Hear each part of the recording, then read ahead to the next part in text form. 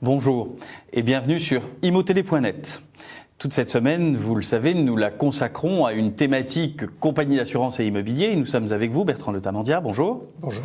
Vous êtes le directeur immobilier des AGF et vous avez été un de ceux qui avaient le plus restructuré à patrimoine, et Dieu sait s'il a été restructuré en profondeur. Est-ce qu'on peut faire un petit bilan de l'année 2006 ? 2006, très bonne année pour l'activité immobilière AGF.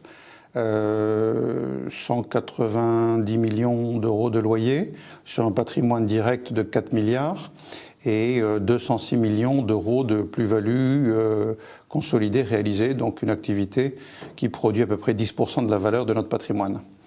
Il s'agit de cessions d'immeubles importants comme le 33 Lafayette pour 240 millions, dont on a beaucoup parlé. Le 51 Châteaudun. 33 Lafayette a été cédé à un groupe d'investisseurs, Caisse des dépôts Québec et Caisse des dépôts France, pour le siège d'Areva. 51 Châteaudun cédé pour un peu moins de 16 millions pour une mutuelle pour faire son siège. Et on a continué en ce début d'année puisqu'on vient de céder le 31 Le Pelletier pour une petite trentaine de millions, également un institutionnel mutuel qui va faire caisse de retraite, qui va faire son siège. D'accord, donc toujours beaucoup d'activités, toujours beaucoup de plus-value dans le secteur. Ça fait 10 ans que je m'occupe de l'immobilier pile. Et donc en 10 ans, bon anniversaire. Oui, on a fait un parcours qui était intéressant pour le coup, puisque nous avons réalisé à peu près 2,4 milliards d'euros de plus-value consolidée, dont 1,4 milliard en direct. Perspective 2007. Alors, perspective 2007, d'abord, on fait de l'investissement à hauteur de notre désengagement. Donc, quand on cède 400 millions ou 380 millions, comme en 2006, on investit 400 ou 500 millions. L'immobilier représente dans les compagnies d'assurance comme AGF 10% des allocations d'actifs, à peu près autant que les actions.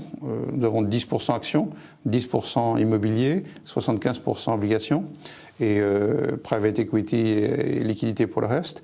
Donc on a un volume d'investissement de l'ordre de 500 millions par an.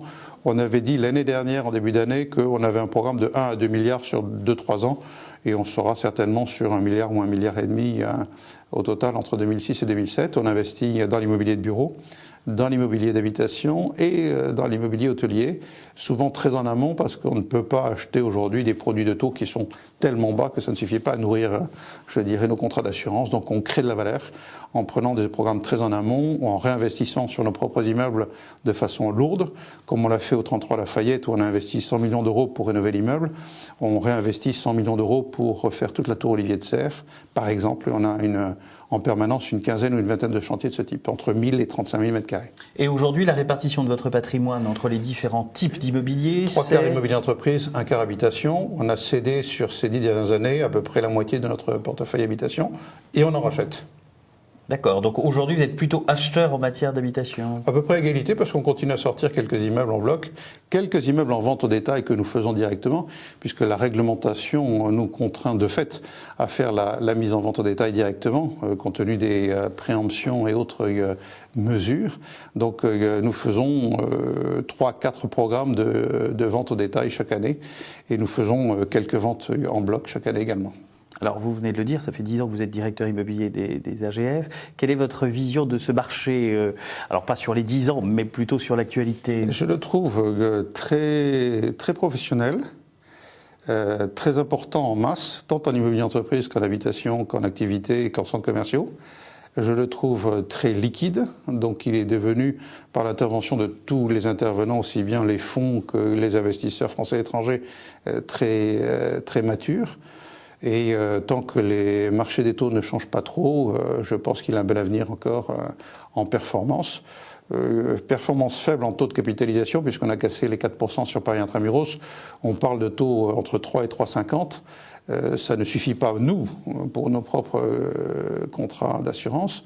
Donc on va chercher un peu ailleurs des créations de richesses. Mais le marché est quand même très mature, très actif, très mobile. Puisqu'on assiste, par exemple, à des cessions par les fonds qui ont fait les premiers tours dans les années 2000. Bertrand Le Tamandia, merci. Merci. Et à vous, je donne rendez-vous toute cette semaine pour cette thématique investissement, compagnie d'assurance. Bonne semaine sur imotélé.net.